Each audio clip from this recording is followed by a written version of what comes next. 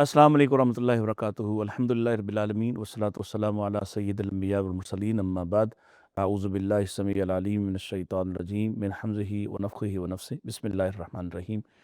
ناظرین کرام، آپ دیکھ رہے ہیں محرم الحرام اسپیشل پروگرام الاحسان ٹی وی آپ کو پیش کر رہا ہے، اور ہمارے ساتھ مختلف سوالوں کے جواب اور اہم ترین واقعات پر اپنے تاریخی تبصرے کے لیے موجود ہیں ہمارے استاد جناب پروفیسر ڈاکٹر محمد حماد لکھوی۔ السلام علیکم۔ جی وعلیکم اور سب کیسے ہیں؟ صحت ٹھیک ہے آپ کی؟ اللہ کا شکر ہے۔ بہت سے لوگ بہت سی باتیں اور بہت سے تبصرے کرتے ہیں جو ان کا مجال، ان کا فیلڈ نہیں ہوتا۔ ہم نے چونکہ آپ سے تاریخ پڑھی ہوئی ہے اور اس کا بڑا فائدہ بھی ہوا، بہت اچھے طریقے سے آپ نے جس طرح سے ہمیں اس ایج میں وہ چیزیں سمجھا دی جو بعد میں پھر خود ریسرچ کرنے اور سیکھنے اور آگے بیان کرنے میں آسانیاں پیدا ہوئیں۔ تو اسی حوالے سے چند ایک سوالات ایسے جو جن پہ بہت عجیب و غریب قسم کے جوابات ہوتے ہیں، بلکہ یوں سمجھیے کہ فتنہ و فساد کھڑا کیا جاتا ہے، ایسے کچھ سوالات وہ آج ہم آپ سے کریں گے۔ اور اس میں جو سب سے پہلا حصہ جہاں سے ہم شروع کرنا چاہ رہے ہیں تقویم کے حوالے سے، شمسی اور قمری تقویم، ان دونوں پہ بعض لوگ اس کو کہتے ہیں کہ جی ہمیں صرف اپنی قمری تقویم پہ ہی رہنا چاہیے، ہمیں اسی تاریخ کو ہی لینا چاہیے، دوسری جو ہے وہ اس کے ساتھ کچھ شرکیہ عقائد بھی جڑے ہیں، واللہ عالم اور کیا کیا باتیں۔ تو ایک تو اس کی ابتدا کہاں سے ہوئی ہے قمری تقویم کی، اور پھر ہمیں کیا کرنا چاہیے، ہمیں قمری تقویم پر ہی رہنا چاہیے یا شمسی تقویم بھی ٹھیک ہے؟ دیکھیں، جو تقویم کے حوالے سے کوئی ایسا ہارڈ اینڈ فاسٹ فارمولا تو نہیں ہے، البتہ کچھ باتیں جو نبی کریم صلی اللہ علیہ وآلہ وسلم نے اشارہ فرمائیں اور قرآن نے بھی بتا دیں، جی وہ یہ ہے کہ قرآن نے کہا کہ جو مہینوں کی گنتی ہے نا، وہ اللہ کے نزدیک 12 ہی تھی، ٹھیک ہے، اور یہ اس دن سے تھی جب اللہ نے زمین و آسمان کو پیدا کیا۔ صحیح، اس کا مطلب یہ ہوا کہ زمان کا جب آغاز ہوا ہے، وقت کا آغاز ظاہر کائنات کے ساتھ ہوا، ٹھیک، کائنات کی تخلیق کے ساتھ، تو کائنات کی تخلیق کے ساتھ زمان کا آغاز ہوا، تو ساتھ ہی اللہ نے 12 مہینے مقرر فرما دیے۔ صحیح، جب وہ 12 مہینے کون سے ہیں؟ وہ جنوری سے دسمبر تک ہیں یا وہ محرم سے ذی الحج تک ہیں؟ ٹھیک ہے، اب یہ ایک سوال ہے صحیح، کہ وہ 12 مہینے کون سے ہیں، اور پھر خود اللہ کریم نے قرآن میں فرما دیا کہ وَمِنْهَا أَرْبَعَةٌ حُرُمٌ، اس میں سے 4 مہینے جو ہیں وہ حرمت والے مہینے۔ ٹھیک ہے، اور اس کا مطلب ہے یہ جو ساری ترتیب ہے 12 مہینوں کی بھی، اس میں سے 4 حرمت والوں کو بھی، یہ تخلیق کائنات کے ساتھ طے ہو گئی اور اللہ نے طے کی۔ ٹھیک ہے، اچھا، اس پہ پھر نبی اکرم صلی اللہ علیہ وآلہ وسلم کے بیان سے اور آپ کے فرمان سے یہ پتہ چلتا ہے کہ اس تقویم میں گڑبڑ ہوتی رہی، ٹھیک ہے، اور مختلف مرور زمانہ کے ساتھ ساتھ اس میں ترتیب میں تبدیلی ہوتی رہی، یا تقویم کے حسابات چینج ہوتے رہے، صحیح ہے، یا لوگوں نے مختلف جو حسابات رکھے ہوئے ہیں، مثال کے طور پر ہمارے ہاں مختلف قسم کے کیلنڈر چلتے ہیں، اس میں جیسے آپ نے کہا کہ عیسوی کیلنڈر بھی ہے، اور پھر ایک دیسی تاریخ ہم کہتے ہیں آج کل بکرمی جس کو کہا جاتا ہے، وہ بھی ایک تقویم۔ تو اسی طرح ماضی میں بھی ایسے تقویم کے رواج رہے، اور بلکہ مختلف اقوام نے اور مختلف شہنشاہوں نے اپنی اپنی تقویم کے مختلف طریقے رکھے۔ ٹھیک ہے، اچھا، ان ساری طریقوں کو نبی اکرم صلی اللہ علیہ وسلم نے یوں کنسولیڈیٹ فرما دیا کہ آپ نے فرمایا کہ زمانہ جہاں سے چلا تھا آج وہیں آ گیا ہے۔ یہ آپ نے 9 ذی الحج کو آپ نے یہ عرفہ کے دن کہا، کلیئر فرما دیا کہ آج پھر گویا تقویم سیدھی ہو گئی، اصل چیز پہ تقویم درست ہو گئی۔ ٹھیک ہے، اب وہ تقویم کیا درست ہوئی ہے؟ آپ نے فرمایا کہ وہ مہینے جو ہیں وہ 12 ہیں، اور وہ 12 کون سے مہینے ہیں؟ وہ محرم سے لے کر ذی الحج تک ہیں۔ ٹھیک ہے، اور پھر آپ نے 4 مہینے جو ہیں وہ جو اس کا ذکر قرآن نے کیا تھا، نبی اکرم صلی اللہ علیہ وسلم نے اس کی تصریح فرما دی کہ وہ 4 مہینے کون سے ہیں۔ ٹھیک ہے، اور وہ 4 مہینے نہ بکرمی تقویم کے مطابق ہیں، نہ وہ عیسوی تقویم کے مطابق ہیں، بلکہ وہ قمری تقویم کے مطابق ہی ہیں۔ اور آپ نے فرمایا کہ وہ 3 ثلاث المتوالیات، 3 جو ہیں وہ تو ہیں ساتھ آتے ہیں، ساتھ ساتھ ایک تسلسل میں، سیکوینس میں۔ ٹھیک ہے، وہ ہے ذوالقعدہ، ذی الحجہ اور محرم، ٹھیک ہے، یہ 3 مہینے، اور ایک الگ ہے رجب، اور اس میں نبی کریم صلی اللہ علیہ وسلم نے وضاحت کر کے فرمایا کہ جو جمادی ثانی اور شعبان کے درمیان ہے وہ رجب. اچھا یہ گویا اس تقویم کو نبوی انڈورسمنٹ حاصل ہو گئی. ٹھیک ہو گیا. اچھا اس کے علاوہ ایک حدیث ہے، نبی پاک صلی اللہ علیہ وسلم کا فرمان ہے کہ ہم ایک امی امت ہیں. انا امت امیہ. ٹھیک ہے. ہم ایک امی امت ہیں. لا نکتب ولا نحسب. ہم نہ لکھتے ہیں نہ حساب رکھتے ہیں. ہم کوئی لکھ کے چیزوں کا حساب نہیں کرتے کہ یہ فلاں تاریخ تھی اور بھی فلاں. ہمارا کام چلتا ہے چاند کے ذریعے سے. ٹھیک ہے. اور فرماتا ہے اشار کذا و کذا، ہمارا جو مہینے کا حساب ہے نا وہ تو ہے چاند کے ذریعے سے. صحیح. تو چاند دیکھو اور اس پہ پھر سارے احکامات کی جو شریعت کے جتنے احکام ہیں ان کو بھی جو تقویم کے اعتبار سے جوڑا گیا ہے تو وہ سارے کے سارے اسی کے ساتھ جوڑا گیا ہے. اس لیے یہ کہنا کہ کسی اور تقویم کا خیال نہیں کرنا چاہیے یا کسی اور تقویم کا خیال رکھنا حرام ہے یا کسی اور تقویم کو مد نظر رکھنا درست نہیں ہے، یہ کہنا تو میرا خیال ہے شریعت سے تجاوز ہے. لیکن یہ بہرحال ضرور ہے کہ جو افضلیت ہے اور جو شریعت کا حساب ہے ٹھیک ہے. اور شریعت کے تمام معاملات کا جو حساب شرعی ہے، احکام بھی شرعی احکام بھی ساری اسی کے ذریعے سے ہیں اور نبی کریم صلی اللہ علیہ وسلم کی انڈورسمنٹ بھی اسی کو ہے. اور گویا جو تقویم اللہ تعالیٰ کی پیدا کردہ اور اللہ تعالیٰ کی قائم کردہ جو تقویم ہے اس کی انڈورسمنٹ ہوگی کہ وہ یہی تقویم ہے جو محرم سے ذی الحج تک ہے. ٹھیک ہو گیا. ڈاکٹر صاحب اسی میں جیسے آپ نے ذکر کیا کہ نبی کریم علیہ الصلوۃ والسلام نے بھی اس کی وضاحت کر دی ان مہینوں کی، حرمت والے مہینے. اللہ تعالیٰ نے بھی کہہ دیا کہ منہا اربعۃ حرم. یہ جو 4 حرمت والے مہینے ہیں یہ ان کا کوئی خاص حکم، کوئی خاص حرمت والے مہینوں کے بارے میں دیکھیں مختلف احکام ہیں. ایک تو قرآن نے تو سیدھا سیدھا کہہ دیا کہ اس کے اندر جو ہے خاص طور پہ کوئی شخص اپنے جان پر ظلم نہ کرے. ٹھیک ہے. اچھا اس کا مطلب ہے کہ کوئی ان مہینوں میں ایسی حرکت نہ کرے جو اللہ کی نافرمانی والی حرکت ہے. گویا وہ گناہ جو باقی مہینوں میں کیا جائے گا وہ عام گناہ ہوگا اور ان مہینوں میں جو گناہ کیا جائے گا وہ زیادہ ہوگا. پھر اس مہینوں کے اندر خون ریزی جو ہے وہ منع ہوتی تھی، خاص طور پہ عرب کا وہ کلچر جس کے اندر اور زمانہ جاہلیت کی وہ صورتحال جب لوگ جو ہیں وہ حج یا عمرے وغیرہ کے لیے آتے تھے اور راستوں میں تکالیف کا سامنا ہوتا تھا، مختلف قسم کے بدامنی کے جو صورتحال تھی، تو اس سب کو روکنے کے لیے ایک ان کے کلچر کے اندر بھی اس کا بڑا فائدہ تھا جو باہمی قبائلی دشمنیاں. ہاں جی، کہ ذی الحج میں چونکہ حج ہوتا تھا اور ذوالقعدہ میں قافلوں نے چلنا ہوتا تھا حج کی طرف اور محرم میں واپس ہونا تھا، تو یہ 3 مہینے ایک عرب کے کلچر میں اس کی بہت خاص اہمیت تھی کہ اس میں خون ریزی اور ہر طرح کی. اسی طرح سے رجب جو ہے عام طور پہ لوگوں نے عمرے کے لیے جو ہے اس کو مخصوص کیا ہوتا تھا اور کوئی اس کے اندر رجب کو مخصوص کرنے کی کوئی شرعی دلیل نہیں ہے، لیکن وہ عرب کے کلچر میں یہ بات تھی. لیکن جب ہم یہ کہتے ہیں کہ بدامنی اور اس کو امن میں تبدیل کرنا اور ان مہینوں میں خصوصی طور پر امن کا خیال رکھنا، تو یہ جب ہم عرب کلچر کی بات کرتے ہیں تو یہ واحد وجہ نہیں ہے اس کے حرمت والے ہونے کی. ٹھیک ہے. اس کے حرمت والے ہونے یہ کیوں حرمت والے ہیں؟ حالانکہ اب جب افضلیت کے اعتبار سے ہم جو دیکھتے ہیں مہینہ تو ہمیں رمضان سب سے زیادہ افضل معلوم ہوتا ہے. صحیح. لیکن اس کا مطلب یہ ہے کہ حرمت والے مہینے اس کی افضلیت کی دلیل نہیں ہے، اس کے ادب کی بات ہے کہ حرمت والے مہینوں کا ادب اور ہے جو باقی مہینوں کا نہیں ہے. اور باقی رہی افضلیت کی تو افضلیت کی دلیل حرمت والا ہونا نہیں ہے بلکہ وہ اس کے علاوہ اگر کوئی نص قطعی ہو، کوئی کسی مہینے کی حرمت کی بات کی گئی ہو تو پھر وہ ضرور ہے. اور محرم اس اعتبار سے چونکہ اسلامی تقویم کا سب سے پہلا مہینہ ہے اس لیے اس کا تاریخ اسلامی کے بہت سارے واقعات کے ساتھ بھی اس کا تعلق ہے اور پھر اس کو ملحوظ بھی رکھا جاتا رہا.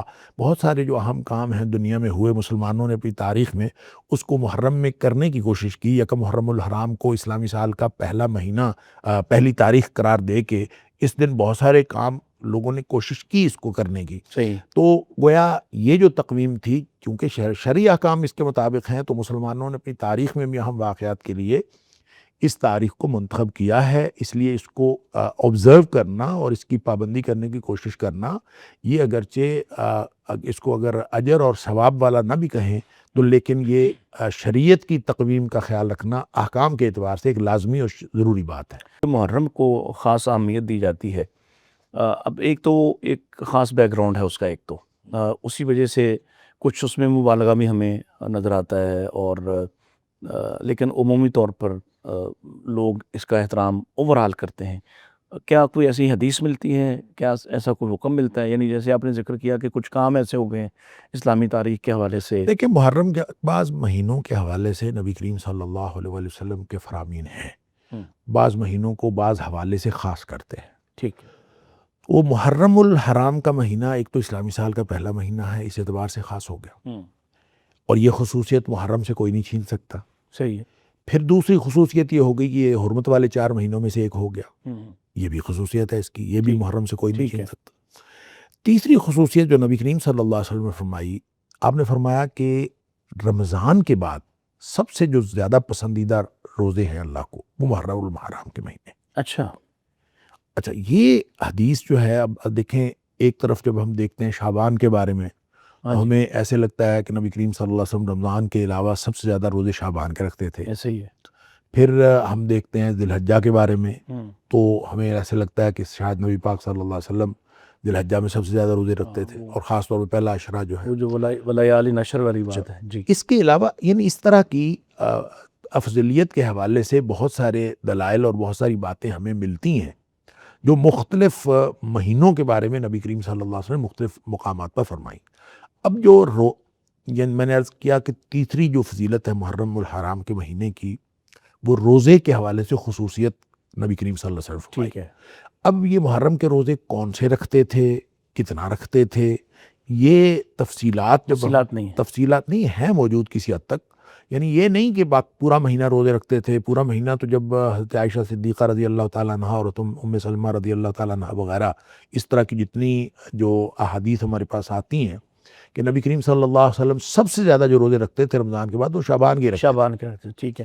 اچھا, پھر اس کے علاوہ یہ پتہ چلا کہ ذی الحجہ کے بھی روزے رکھتے تھے خاص طور ویسے نبی پاک تو کوئی عام مہینوں میں بھی 10-11 روزے تو ویسے پھر نبی کریم صلی اللہ علیہ وسلم کا معمول یہ ہوتا تھا کہ وہ کبھی آپ حضرت عائشہ صدیقہ رضی اللہ تعالیٰ فرماتی ہیں کبھی آپ روزے رکھنے شروع کر دیتے تو ہمیں یہ خیال ہوتا کہ کبھی آپ نبی پاک صلی اللہ علیہ وسلم روزہ چھوڑیں گے ہی نہیں, اور اس طرح معمول ہی بنا لیتے روزے رکھنے کا.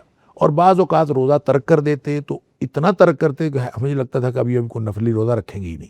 تو آپ کے مختلف معمولات ملتے ہیں, کیونکہ امت کے لیے آپ نے ہر طرح کا اسوہ دینا تھا, اس لیے وہ آپ یہ معمول, اس لیے آپ کو حضرت عائشہ صدیقہ رضی اللہ تعالیٰ عنہا کی ایک حدیث یہ بھی ملتی ہے کہ نبی کریم صلی اللہ علیہ وسلم ذی الحج میں کبھی روزہ نہیں رکھا. اور اس کا مطلب یہ ہے, اس میں مشارحین نے لکھا ہے, اس کا مطلب یہ ہے کہ جس دفعہ حضرت عائشہ صدیقہ رضی اللہ تعالیٰ نے جب فرما رہی ہیں تو یہ وہ دن ہوں گے جب نبی پاک صلی اللہ علیہ وسلم روزے نہیں رکھتے ہوں گے, تو آپ نے ذی الحج کا روزہ نہیں رکھا ہوگا, تو حضرت عائشہ صدیقہ رضی اللہ تعالیٰ نے فرما دیا کہ آپ نے ذی الحج میں کبھی روزہ نہیں رکھا. صحیح. اچھا, یہ اس طرح سے مختلف معمولات ملتے ہیں. انہی میں سے ایک معمول یہ ہے کہ ایک تو فرمان ہے آپ کا کہ محرم کے روزے اللہ کو پسند ہیں, اور دوسری اس کی وجہ جو معلوم ہوتی ہے وہ یہ ہے کہ ابتداً جو مسلمانوں پر فرض روزے تھے وہ عاشورہ کا روزہ تھا. اچھا, اس سے پہلے اور کوئی روزہ نہیں تھا. جب ہم قرآن میں بھی دیکھتے ہیں تو ایک سیکوینس میں ہمیں سورہ بقرہ میں جہاں روزوں کی فرضیت کی بات ہے تو اس سیکوینس میں پہلے روزوں کی فرضیت کی بات ہوئی, اور ساتھ کہا کہ جو روزہ رکھنا چاہے وہ رکھ لے, نہ رکھنا چاہے تو وہ فدیہ دے دے. ٹھیک ہے, رکھ لینا زیادہ بہتر ہے. پھر اس کے بعد فرمایا فمن شاہد منکم الشہر فلیصم.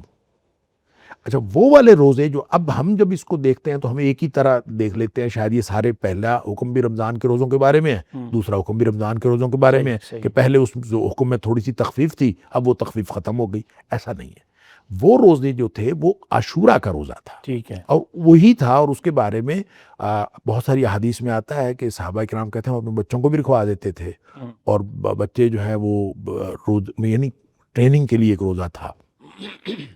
اب نبی کریم صلی اللہ علیہ وسلم نے جب آپ مدینہ منورہ تشریف لائے تھے اس روزے کی فرضیت کی بات ہو رہی, اس روزے کی ابتدا کی بات ہو رہی. ٹھیک ہے, کہ آپ جب مدینہ طیبہ تشریف لائے تھے تو آپ کو بتایا گیا کہ لوگ جو ہیں وہ روزہ رکھتے ہیں, یہودی خاص طور پر وہ روزہ رکھتے ہیں 10 محرم کا, عاشورے کا روزہ کا. تو نبی پاک صلی اللہ علیہ وسلم نے پوچھا یہ کیوں روزہ رکھتے ہیں؟ پوچھا گیا تو انہوں نے بتایا کہ ہم اس لیے روزہ رکھتے ہیں کہ اس دن اللہ تعالیٰ نے موسیٰ علیہ السلام کو فرعون سے نجات دی تھی. ٹھیک ہے, اور فرعون جو ہے وہ غرق ہوا تھا, تو یہ اس لیے ہم روزہ رکھتے ہیں. صحیح.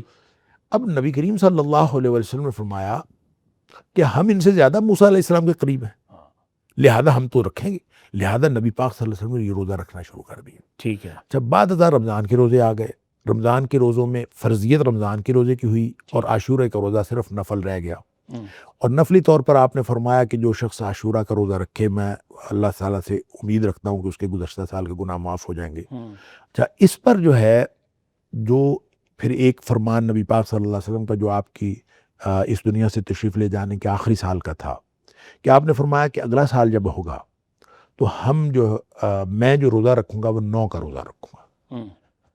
پہلے تو 10 کا روزہ رکھتے تھے، پھر آپ نے فرمایا لا اصومن التاسع، یہ جو ہے کہ میں لازماً روزہ رکھوں گا 9 کا۔ 9 کا۔ اب یہ 9 کا روزہ جو ہے اس کے ساتھ بھی لگانا ہے تو لگا لے، بھی 10 کے ساتھ 9 کا بھی رکھوں گا یا 9 کا ہی رکھوں گا۔ صحیح۔ لہٰذا اس پر جو ہے شارحین کے اگلے سال تک نبی پاک صلی اللہ علیہ وسلم چونکہ اس دنیا سے جا چکے تھے، اس لیے آپ نے رکھا تو ہمیشہ 10 کا روزہ، فرمایا یہ کہ اگلے سال ہم اس کو 9 کا رکھیں گے۔ تو اس لیے اس کی تشریح میں محدثین کا خیال یہ ہے، تینوں موقف موجود ہیں۔ ایک موقف تو یہ ہے کہ 9 کا بھی رکھنا ہے اور 10 کا بھی رکھنا ہے۔ ٹھیک ہے۔ ایک موقف یہ ہے کہ 10 کی بجائے 9 کا رکھنا صرف ہے، 9 کا رکھنا ہے۔ اور ایک موقف یہ ہے کہ نبی پاک صلی اللہ علیہ وسلم نے چونکہ یہود و نصارہ کی آپ نے مخالفت کا حکم دیا تھا تو وہ 10 کا رکھتے تھے، اس کی مخالفت میں آپ نے فرمایا تھا ہم ساتھ 9 کا بھی ملا لیں گے، ٹھیک ہے۔ لہذا ساتھ 9 کا ملانا چاہیے۔ 10 کا ہی اصل روزہ 10 کا ہے، اصل بس اس کے ساتھ 9 کا ملانا چاہیے نبی پاک صلی اللہ علیہ وسلم کے فرمان کی وجہ سے، اور اگر کسی سے رہ جائے کسی وجہ سے وہ 9 کا روزہ نہ رکھ سکے تو وہ 10 کے ساتھ 11ویں کا ملا لے، ٹھیک ہے۔ تو 10 اور 11 کا رکھ لے۔ اس طرح سے نبی پاک صلی اللہ علیہ وسلم کی سنت پر عمل بھی ہو جائے گا اور یہود و نصارہ کی مخالفت بھی ہو جائے گی۔ یہ ایک یعنی تینوں باتیں اس میں سے۔ اچھا، اس سے یہ پتہ چلتا ہے کہ جو عاشورے کے روزے کی وجہ سے محرم کی ایک اہمیت الگ بن گئی۔ اب یہ ساری باتیں جب ہو رہی ہیں تو نبی اکرم صلی اللہ علیہ وسلم کی حیات طیبہ میں ہو رہی ہیں، جی، نبی پاک صلی اللہ علیہ وسلم اس کو مقرر فرما رہے ہیں۔ آپ خود بیان فرما رہے ہیں۔ پھر اگر یہ اسلامی تقویم کا پہلا مہینہ ہے اسلامی سال کا تو وہ بھی اللہ تعالیٰ کا پیدا کرتا ہے، اور اگر یہ محرم جو ہے وہ حرمت والے مہینوں میں سے ایک مہینہ ہے تو وہ بھی اللہ کا بنایا ہوا ہے، وضاحت اس کی نبی کریم صلی اللہ علیہ وسلم نے فرما دی۔ ٹھیک ہے۔ اب جو ان ساری باتوں میں جب ہم دیکھیں نا، اصل میں حرمت والے مہینوں کی بات سمجھ میں آتی ہے، اس کا تعلق کلچر کے ساتھ ہی محسوس ہوتا ہے، اس لیے کہ اگر آپ انسانوں کی تاریخ دیکھیں، یعنی صرف عرب کی بات نہیں ہے، جب ہم صرف عرب کے کلچر کو جنگوں کے ساتھ منسلک کر کے تو ہم سمجھتے ہیں تو ایسا لگتا ہے جیسے یہ بڑی لوکلائزڈ اہمیت ہے، خاص صرف اس خطے کی اہمیت ہے، ایسا نہیں ہے۔ جب ہم دنیا کی تاریخ کو دیکھتے ہیں تو لوگوں کا خیال یہ ہے، دیکھیں تاریخ کے بارے میں لوگوں کے خیالات ہیں، لوگوں کا خیال یہ ہے کہ اس دنیا کی تاریخ تقریباً 5000 سال ہے، دنیا کی عمر، اور 5000 سال میں جو لڑائیاں ہوئی ہیں وہ تقریباً 15000 جنگیں ہوئی ہیں، 15000 جنگیں تقریباً ہوئی ہیں، اور اس کا مطلب یہ ہے کہ ہر سال میں 3000 جنگیں ہوتی ہیں۔ اللہ۔ اچھا، اس کا مطلب ہے کہ انسانیت کا جو زیادہ تر وقت وہ جنگوں میں گزرا ہے، تو جنگوں میں گزرے والا، پھر آدم علیہ السلام کو پیدا کرتے وقت جو فرشتوں نے کہا تھا کہ یہ خون بہائیں گے، اور اللہ تعالیٰ نے فرمایا تھا انی اعلم ما لا تعلمون، تو اس کا مطلب یہ ہے کہ خون ریزی جو ہے وہ ابتدا سے انسانوں کی تاریخ میں تھی جی، اور ہوتی آئی، اور بعض نے تو تاریخی تجزیہ کر کے یہ کہا ہے کہ پورے 5000 سال میں سے ٹوٹل ہم اگر نکالیں کہ جو جنگوں کے بغیر وقت گزرا ہو تو وہ 300 سال سے زیادہ نہیں بنتا۔ 5000 سال میں سے ٹوٹل میں سے 300 سال سے زیادہ نہیں بنتا جو امن کا زمانہ، جو امن کا زمانہ ہو، باقی سارا کا سارا جو ہے وہ جنگ اور خون ریزی کا زمانہ تھا۔ اب اگر ایسا ہے تو اس میں ابتدا سے 4 مہینے جو ہیں حرمت والے مقرر کر دینا، یہ پوری انسانیت کے لیے ایک امن کا راستہ اور امن کا پیغام اور ایک امن کا انتظام خالق کی طرف سے کر دیا جانا، اس میں کوئی بعید از قیاس بات نہیں ہے، اور یہ بالکل بات سمجھ میں آتی ہے کہ اس کا تعلق بنیادی طور پر امن کے ساتھ ہی ہے۔ ٹھیک۔ ڈاکٹر صاحب، اسی طرح جیسے بھی بات چل رہی ہے تو 10 محرم کا خاص طور پہ بہت سے لوگوں نے ایسی، اب اللہ عالم آپ اس کی تصدیق یا تردید فرمائیں کہ اللہ تعالیٰ نے حضرت آدم علیہ السلام کو پیدا بھی 10 کو کیا، ان کو زمین پہ بھی 10 کو اتارا، اور پھر حوا اور آدم کی جو ملاقات ہے علیہم السلام ان کو بھی 10 کو ملایا، یوں چلتے چلتے وہ سارے اہم واقعات نبی صلی اللہ علیہ وسلم تک جو ہیں وہ 10 محرم کے ثابت کیے جاتے ہیں. تو ایسی کوئی بات ہمیں کہیں کوئی کسی سند کے ساتھ کسی ثبوت کے ساتھ ملتی ہے؟ دیکھیں، میں نے جیسے پہلے عرض کیا کہ جو بات ابھی میں کر رہا تھا، 5000 سال عمر ہے، 15000 جنگیں ہیں، 300 سال ایسے گزرے ہیں، یہ سارے کے سارے قیافے ہیں. یہ کوئی شرعی طور پر ہمیں کوئی یہ دلیل نہیں ہے جس کی بنیاد پر ہم کوئی شریعت قائم کر سکیں. اسی طرح سے تاریخ کے بارے میں جو اس طرح کی باتیں ہوئی ہیں، ان کے کچھ لوگوں کا خیال ہے ایسا ہوگا. اس میں سے صرف 10 محرم کی اہمیت ہی ثابت نہیں کی جاتی، بلکہ اس سے 11 تاریخ کی اہمیت بھی ثابت کی جاتی ہے کہ دن 10ویں اور رات 11ویں. ہاں تو وہ اس میں 10 اور 11 دونوں کی اہمیت جو ہے وہ بنا لی جاتی ہے. تو ہو سکتا ہے، واللہ عالم. لیکن بات یہ ہے کہ شریعت اسلامیہ میں شرعی طور پر ہم اس کے پابند ہیں جو ہمیں نبی اکرم صلی اللہ علیہ وسلم نے دے دیا. صلی اللہ علیہ وسلم. نبی کریم صلی اللہ علیہ وآلہ وسلم نے انڈورس فرما دیا کہ ہمارا حق موسیٰ علیہ السلام سے یہودیوں کی نسبت زیادہ ہے، زیادہ ہے. ٹھیک ہے. لہذا عاشورے کی اہمیت ہو گئی. اور یہ بات بھی کنفرم ہو گئی. گویا نبی کریم صلی اللہ علیہ وسلم نے اس کی تردید نہیں فرمائی کہ جب یہ بتایا گیا کہ 10 تاریخ کو اللہ تعالیٰ نے فرعون سے نجات دی تھی موسیٰ علیہ السلام کو، فرعون غرق ہوا تھا، تو اس کا مطلب ہے یہ واقعہ تو ہوا تھا. یہ واقعہ ہوا اور اس کو آپ نے اس کی آپ تصدیق آپ کر نے دی. انڈورسمنٹ فرما دی، تو اس کی تو تصدیق ہو گئی. اور باقی جو اس سے ماقبل کے واقعات ہیں، کیا وہ اسی تاریخ کو ہوئے تھے کہ نہیں ہوئے تھے، اگر کوئی مستند سورس مل جائے تو ہم اس کو تسلیم کر لیں گے، یا شریعت کے اندر کوئی اس کی اہمیت ہو تو ہم اس کو اہمیت کو تسلیم کر لیں گے. اس کو اصل میں لا کے جوڑا جاتا ہے نا، وہ واقعہ کربلا کے ساتھ جوڑا جاتا ہے اور یہ ثابت کیا جاتا ہے کہ تمام بڑے واقعات جو دنیا میں رونما ہوئے ان کا تعلق 10 سے ہوتا ہے. وہ 10 کو ہوتے اچھا، ہیں. یہ ہو سکتا ہے. دیکھیں، کوئی تاریخ ایسی نہیں ہے جس تاریخ کو کوئی بڑا واقعہ نہ ہو. اگر آپ دنیا کی تاریخ مرتب کرنے کے جب قابل ہو 15,000 جنگیں ہو گئی ہیں، اگر آپ دنیا کی تاریخ مرتب کرنے بیٹھ جائیں، یا صرف آپ اتنا ہی کر لیں، اگر کوئی شخص یہ کر لے کہ نبی اکرم صلی اللہ علیہ وسلم کی بعثت سے لے کر آج تک یہ جو پچھلے 1,500 سال میں جتنی جنگیں ہوئی ہیں اور جتنے مسلمان، واقعات ہیں. جتنے اہم واقعات اور جتنے مسلمان شہید ہوئے ہیں، تو 1 محرم سے لے کر 30 ذی الحج تک شاید ہی کوئی تاریخ بچے گی جس میں کوئی شہید نہ ہوا. صحیح ہے، بالکل صحیح ہے. لہذا آپ جب دنیا کی تاریخ بناتے ہیں تو دنیا کی تاریخ میں تو یہ واقعات کا ہونا بعید از قیاس نہیں ہے. ٹھیک ہے. میں نے تو یہ عرض کیا ہے. لیکن شریعت کے ساتھ اس کا تعلق ہے کہ نہیں، اس کے لیے ہم باؤنڈ ہیں نبی اکرم صلی اللہ علیہ وسلم کے. ٹھیک. شریعت معیار ہے وہ جس کو نبی کریم صلی اللہ علیہ وسلم اختیار فرمایا، یا آپ نے صحابہ کرام کو سکھایا، یا کسی بھی طرح ہمیں ثابت ہو جائے کہ یہ نبی کریم صلی اللہ علیہ وسلم کا طریقہ کار تھا. ٹھیک ہے. اگر وہ ثابت ہو جائے تو پھر ہم اس کے پابند ہیں. اگر وہ نہیں ثابت ہوتا تو ہم اس کے پابند نہیں ہیں. بس اتنی سی بات. ٹھیک ہو گیا. محرم الحرام اور سفر کے ساتھ یہ 2 مہینے، ان میں کئی ایک باتیں.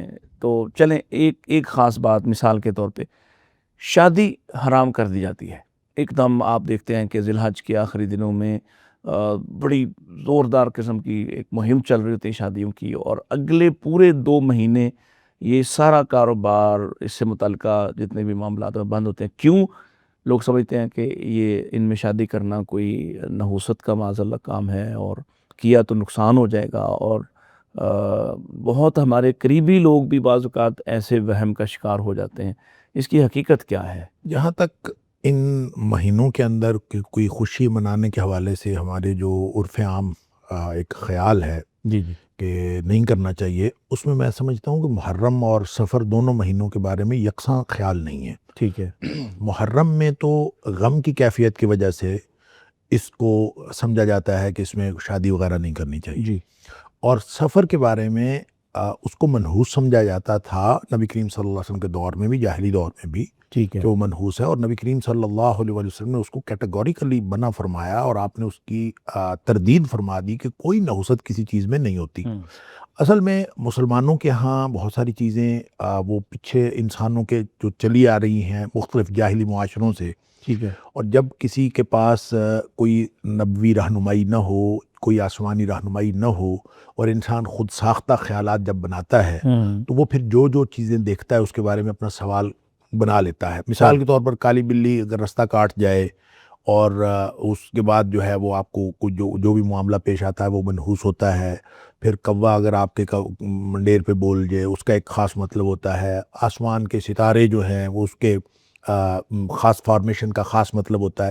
یہ ساری چیزیں انسان نے اس وقت کی ہیں جب ایسے معاشروں میں تھا کہ جن معاشروں میں نبوی رہنمائی نہیں پہنچی اور لوگ بالکل فارغ تھے، اور انہوں نے زمین و آسمان کو آبزرو کیا اور خود ساختہ عقائد بنائے، ریاضتوں اور مجاہدہ کا نظام بنایا. ٹھیک ہے. اور جیسا کہا جاتا ہے کہ علم کی جو معلوم تاریخ ہے اس کے مطابق جو قدیم ترین تہذیب ہے وہ یونانی تہذیب ہے، اور یونانی تہذیب میں بھی جو 1000 سال ہے اس کو ڈارک ایجز کہا جاتا ہے فکر کے اعتبار سے، اور وہ 2000 سال سے قبل مسیح سے لے کر 1000 سال قبل مسیح تک کا جو یہ 1000 یا ایک دہائی ہے. تو اس میں بہت ساری کہانیاں بنی ہیں، اور اس دور کی کہانیوں میں آپ کو اس طرح کی کہانیاں مل جاتی یہ ہیں، سارے تخیلاتی معاملات وہاں اس طرح کی چیزیں آپ کو مل جاتی ہیں. اور نبی کریم صلی اللہ علیہ وسلم کی یہ جو آپ کا جو فرمان ہے لا عدوى ولا طیرہ، کوئی نحوست نہیں ہوتی، کوئی بدشگونی ہوتی ہی نہیں، ولا سفر ولا ہم، یعنی الو کو منحوس سمجھیں، کسی چیز کی آواز کو منحوس سمجھیں، اس طرح کی چیزوں کے ساتھ مختلف واقعات کے ساتھ جو ہم نے کنیکٹ کیا ہوتا ہے یہ ہوتا ہی نہیں. لہذا سفر کے بارے میں جب نبی پاک صلی اللہ علیہ وسلم نے کیٹاگوریکلی اس نحوست کو ختم کر دیا تو اس میں کچھ نہیں، اور اس نحوست کی تردید فرما دی. اور منحوست ویسے بھی اصولی اعتبار سے بھی نحوست کسی وقت میں اور کسی جگہ میں نہیں ہوتی. ٹھیک ہے. برکت اور نحوست ہوتی ہے عمل کی وجہ سے. بالکل صحیح ہے. دیکھیں سارے دن جو ہیں وہ اللہ کے بنائے ہوئے ہیں، اور ہم کہتے ہیں کہ جمعہ جو ہے وہ مبارک ہے کیونکہ نبی کریم صلی اللہ علیہ وسلم نے فرمایا جمعہ مبارک ہے، اور جمعے کے دن ایک ایسی گھڑی آتی ہے جو قبولیت کی گھڑی ہے. پھر جمعے کی اور جمعرات کی درمیانی شب جو ہے اس کے بارے میں بھی آتا ہے. ہر رات کی بھی ایک مبارک گھڑی کی بات ہے. سوموار اور جمعرات کی بات نبی کریم صلی اللہ علیہ وسلم اس کا روزہ رکھتے تھے. تو دنوں کا دنوں سے فرق تو بہرحال ہے، لیکن سارے دن اللہ کے بنائے ہوئے ہیں. اور ان سارے دنوں کو اللہ تعالیٰ نے قرآن میں کہا کہ وہ دن جب قوم عاد پر عذاب آیا وہ دن منحوس دن تھے، فی ایام نحسات. ٹھیک ہے. اللہ تعالیٰ نے کہا وہ منحوس دن تھے. اور کون کون سے دن تھے؟ خود قرآن کہتا ہے 7 لیال و 8 ایام حسوما، ٹھیک ہے. کہ 7 راتیں اور 8 دن مسلسل ان کے اوپر عذاب رہا. ٹھیک ہے. تو ان 8 دنوں میں تو سارے ہی آ گئے، سارے آگے، اس میں جمعہ بھی آ گیا، اس میں جمعرات بھی آ گئی، اس میں سوموار بھی آ گیا. گویا ان کا عمل ایسا تھا، ان کو سزا مل رہی تھی، وہ سزا والے سارے دن ان کو، سزا والے سارے دن ان کے لیے منحوس ان ہو کے گئے. لیے منحوس. لہٰذا کوئی شخص کسی وقت میں ان دنوں کی بات نہیں ہو رہی. اسی طرح کوئی جگہ منحوس ہو سکتی ہے جہاں اللہ کی دشمنی کی جا رہی ہو، جہاں اللہ تعالیٰ کے احکام کی خلاف ورزی کی جا رہی ہو، یا عذاب کیے گئے علاقوں سے، عذاب کیے گئے علاقوں سے. نبی پاک صلی اللہ علیہ وسلم نے فرمایا کہ وہاں سے جلدی نکلو، اس لیے کہ عذاب کی جگہ کیونکہ وہاں نافرمانی کی گئی، اللہ کا عذاب ہے. بالکل صحیح ہے. لہذا ایسی جگہ منحوس ہو سکتی ہیں. اور برکت والی جگہ وہ ہے جہاں اللہ کی بندگی کی جاتی ہے، برکت بڑھتی جاتی ہے، مسجدوں میں ثواب زیادہ سب سے ہے. بہترین احب البلاد الی اللہ، اللہ کے نزدیک سب سے بہترین جگہ جو ہیں مساجدها.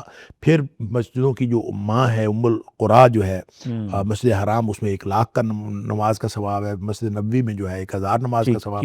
تو گویا یہ کسی جگہ کا متبرک ہونا اور منحوس ہونا یہ اس وجہ سے ہے جو انسان عمل کرتا ہے، جو عمل کا نتیجہ نکلتا ہے، یا اللہ کی طرف سے کسی جگہ کو ایسا قرار دیا جائے، یا اللہ کی طرف سے کوئی قرار دیا جائے.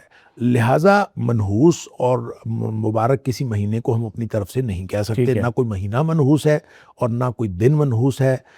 سارے دن اللہ کے بنائے ہوئے ہیں. ہر وہ دن بہترین دن ہے، مبارک دن ہے جس دن انسان اللہ کی بندگی میں جس دن کو گزارے وہ مبارک دن ہے. اب اچھا اب سفر تو ہو گیا اس معاملے میں کہ اس میں شادی کرنے کا کوئی ایسا معاملہ، کوئی ایسی نحوست، کوئی ایسی بات موجود نہیں ہے. اچھا جہاں تک محرم کی بات ہے، محرم الحرام کو ایک واقعے کی وجہ سے تاریخ میں ہوا اور بہت ہی افسوسناک واقعہ ہے کہ نبی اکرم صلی اللہ علیہ وسلم کے نواسے کو، اور نواسا بھی ایسا جس کو نبی پاک صلی اللہ علیہ وسلم پیار کرتے ہوں اور اتنے پیار، خوشبو قرار دیا ہو، اور آپ نے خوشبو قرار دیا ہو، اور پھر آپ نے دنیا آخرت کے پھول قرار دیا ہو، پھر آپ نے ان سے جو محبت کی ایک پوری جو شریعت یعنی بچپن کی اور بچپنے کی اور لڑکپن کی جتنی شریعت ہے وہ ان دونوں کی وجہ سے قائم ہوئی. کی وجہ سے ٹھیک ہے. میں یہ سمجھتا ہوں کہ بچپنے کے مسائل اور لڑکپنے کے جو مسائل ہیں پوری امت کو جو ملے وہ حسنین کریمین کی وجہ سے ملے رضی اللہ عنہ. اور پھر ان دونوں کو رضی اللہ عنہما، ان دونوں کو اللہ تعالیٰ نے جو اللہ تعالیٰ نے شان عطا فرمائی نبی کریم صلی اللہ علیہ وسلم کے ساتھ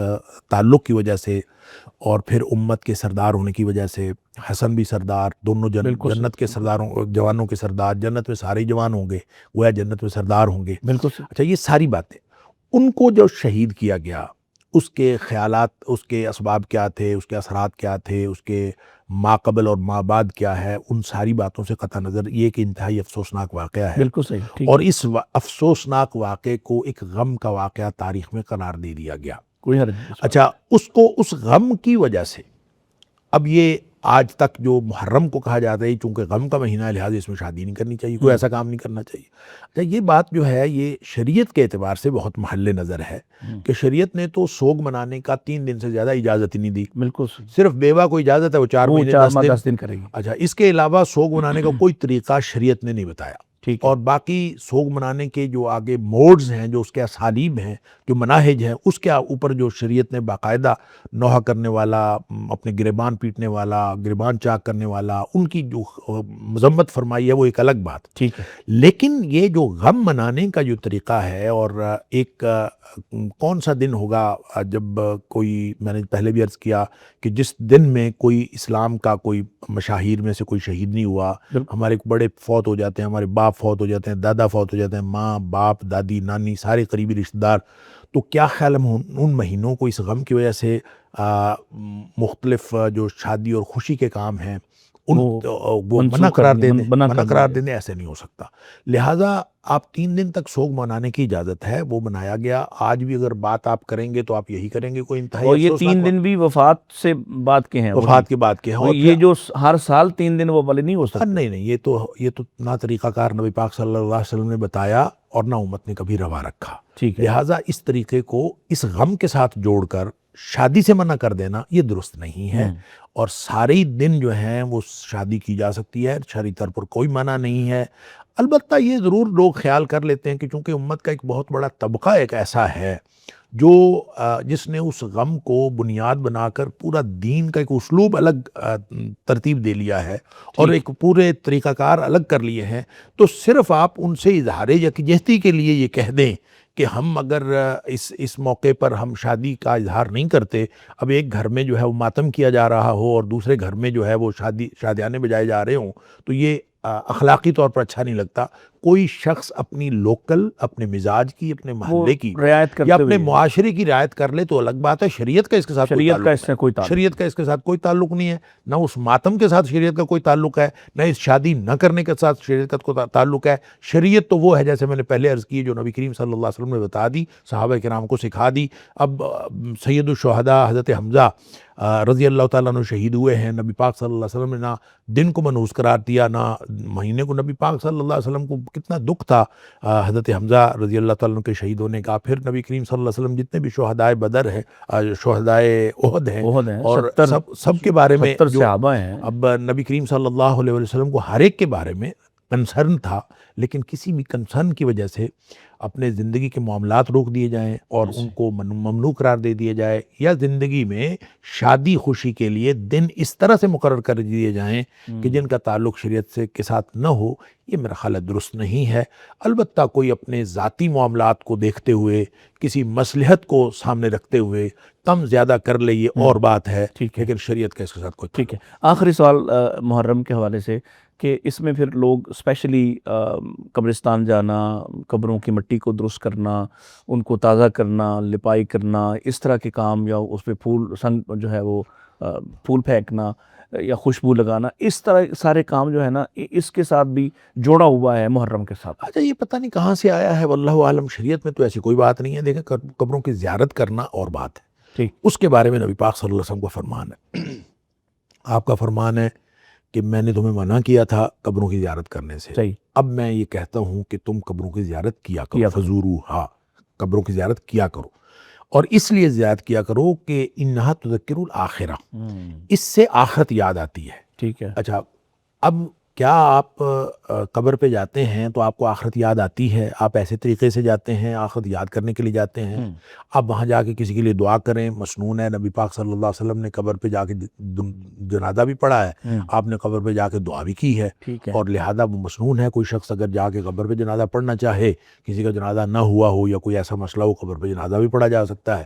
قبر پہ جا کے کوئی شخص دعا کرنا چاہے کسی کی مغفرت کے لیے، وہ بھی ہو سکتا ہے۔ اور زیارت قبور عمومی طور پر جائز ہے۔ رہ گئی لپائی کرنا، پھر ان کو جو ہے پختہ کرنا یا پکا کرنا یا ان کو درست کرنا، اس پہ اوپر خوشبو لگانا، پھول پھینکنا، ان ساری چیزوں کا تعلق ونس اگین میں یہ کہوں کہ شریعت کے ساتھ تو کوئی نہیں ہے، آپ کی معاشرت کے ساتھ ہو سکتا ہے، اور معاشرت کے ساتھ اگر کوئی کام اس لیے کیا جائے کہ لوگوں کا رواج یہ ہے تو وہ تو شاید جائز ہو، لیکن اگر اس لیے کیا جائے کہ اس سے ثواب ہوتا ہے وہ حرام ہے، اور اس پر دلیل کوئی نہ ہو، اور اس پر دلیل کوئی نہ ہو اور اس لیے کیا جائے کہ یہ ثواب ہوتا ہے، تو یہی تو عبادت ہے، اور عبادت کا کوئی کام بھی جب آپ بغیر دلیل کے کرتے ہیں تو وہ حرام ہے، وہ نہیں کیا جا سکتا۔ ڈاکٹر صاحب مجھے پتہ ہے کہ آپ کا یہ مزاج نہیں ہے، آپ عوامی سطح پہ بھی ان موضوعات کو اس طرح سے پیش نہیں کرتے، یا ان پر بات کرنے سے آپ ذرا بچنے کی کوشش کرتے ہیں، کیونکہ آپ کا ہم سب جانتے ہیں کہ نقطہ نظر یہ ہے کہ امت میں کسی بھی افتراق کا سبب نہیں بننا چاہیے اور اس کو جوڑنے کی کوشش کرنا چاہیے، لیکن کچھ چیزیں ایسی ہیں جو ہم جیسے اساتذہ سے، اساتین سے سیکھنے کی کوشش کرتے ہیں کہ ہمیں کیا موقف اختیار کرنا چاہیے۔ مثال کے طور پر میں سوال عرض کر دیتا ہوں، صحابہ کرام رضی اللہ تعالیٰ عنہم اجمعین بہرحال انسان تھے، ان کے کوئی سیاسی نقطہ نظر مختلف بھی تھے، مذہبی طور پر تو انہوں نے یہ ثابت کر دیا، اور جہاں کہیں بھی ان کا اختلاف بھی ہوا تو جو قرآن نے کہا فَإِن تَنَازَعْتُمْ فِي شَيْءٍ فَرُدُّوهُ إِلَى اللَّهِ وَالرَّسُولِ، اچھا اختلاف ہوا بھی تو جیسے ہی اللہ یا رسول اللہ صلی اللہ علیہ وسلم کا فرمان ان کے سامنے آیا تو انہوں نے اپنے اختلاف کو ختم کر دیا، لیکن ابھی تک ہم اس بات سے نکل نہیں پا رہے کہ مشاجرات صحابہ کو ہی دلیل بنا کر ہم اپنے لیے ایک الگ جگہ متعین کرتے ہیں، اور پھر کسی ایک طرف کھڑے ہو کے دوسروں کو ہم برا بھلا کہہ رہے ہوتے ہیں۔ تو اس میں ہمیں مناسب اور صحیح معتدل رویہ کیا اختیار کرنا چاہیے؟ دیکھیں، اگر ہم اس کے اسباب کے پیچھے جائیں گے نا تو بہت بات لمبی ہو جائے گی، جی لیکن میں صرف مختصراً یہ عرض کروں، یہ نتیجہ ہے شخصیت پرستی کا، کہ امت میں جب سے شخصیت پرستی آئی ہے تو اپنے اپنے شخصیت کو اور اپنے اپنے گروہ کو ٹھیک، صحیح ثابت کرنے کے لیے دوسرے گروہ کو غلط ثابت کرنا شاید ضروری قرار لازمی پا قرار گیا ہے، پایا، ٹھیک ہے، اور یہ انہوں نے جتنے بھی لوگ ہیں، جب میں کہوں گا میں اپنے آپ کو امت سے کٹ کے ایک چھوٹا سا دائرہ بنا لوں گا اور اس دائرے کی پروپیگیشن شروع کروں گا اور اس کی وکالت شروع کروں گا تو مجھے دوسرے دائروں کو نگیٹ کرنا ضروری ہوگا۔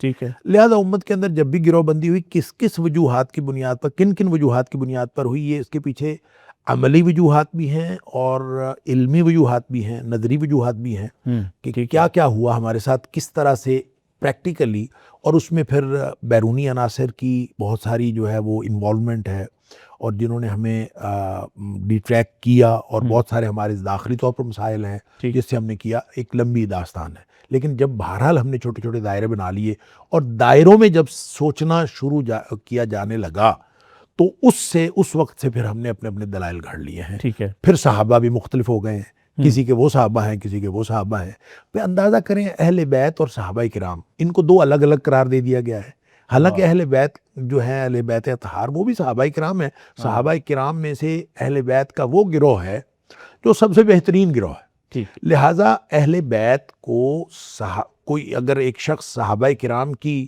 عظمت اور فضیلت بیان کر رہا ہو اور دوسرا اہل بیت کی فضیلت بیان کر رہا ہو تو ان دونوں کو الگ الگ کیوں قرار دے دیا گیا ہے، یہ نہیں سمجھ آئی آج تک۔ ایک ہی بات ہے، ٹھیک ہے، ایک ہی بات ہے، جو شخص صحابہ کرام کی بات کرے گا اس کو اہل بیت کی محبت جو ہے، کوئی شخص کہے کہ وہ ایمان ہے تو یہ امت کا مسئلہ ہے، یہ کسی ایک گروہ کا مسئلہ ہے نہیں۔ بالکل صحیح، اگر کوئی شخص کہے کہ صحابہ کرام کی محبت جو ہے وہ ایمان ہے تو یہ بھی امت کا مسئلہ ہے، یہ کسی ایک شخص کا مسئلہ ہی نہیں۔